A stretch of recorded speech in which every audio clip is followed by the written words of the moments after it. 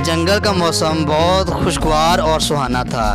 एक हाथी और उसका छोटा बच्चा नदी के किनारे खूब मज़े से नहा रहे थे। दोनों बहुत खुश थे। नन्हा हाथी अपने बाबा से कहता है, काश मैं भी छोटा जानवर होता और दूसरे जानवरों की तरह खूब मज़े से खेलता। बड़ा हाथी हैरान होकर पूछता है, क्यों बेटा, अब क्या सारे जानवर आपके साथ नहीं खेलते? नन्हा हाथी बोलता है, नहीं बाबा, सब मुझसे डरते हैं कि कहीं खेलते हुए वो मेरे पाँव के नीचे ना आ जाएं। छोटा हाथी उदास हो जाता है और जंगल की तरफ चल देता है।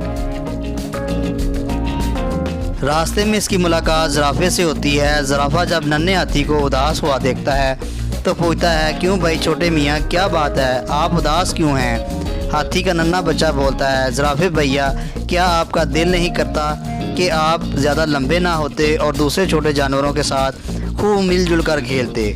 ज़राफ़ा बोला, ऐसी कोई बात नहीं, हर जानवर को अल्लाह ताला ने जैसा भी बनाया है बहुत अच्छा बनाया है।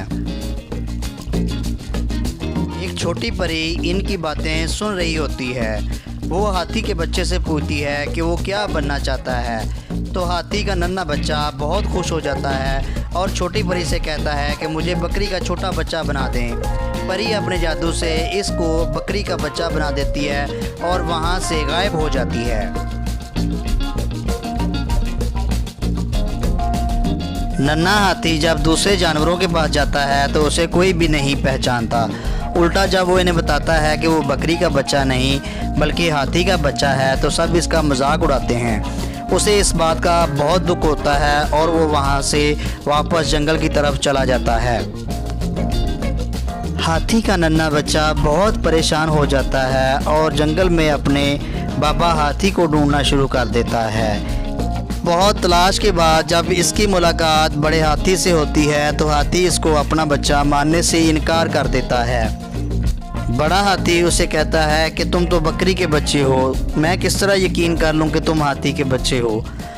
हाथी का छोटा बेटा उसे सारी बात बता देता है कि नन्ही परी ने किस तरह इसकी एक छोटी सी ख्वाहिश को पूरा किया था। हाथी का बच्चा ये बात जान चुका था कि अल्लाह ताला ने हर जानवर को अपनी अपनी जगह दुरुस्त बनाया है। हाथी के बच्चे ने तौबा कर ली। इस वक्त वहाँ नन्ही परी नमूदार होती है और उसे दोबारा हाथी का बच्चा बना देती है।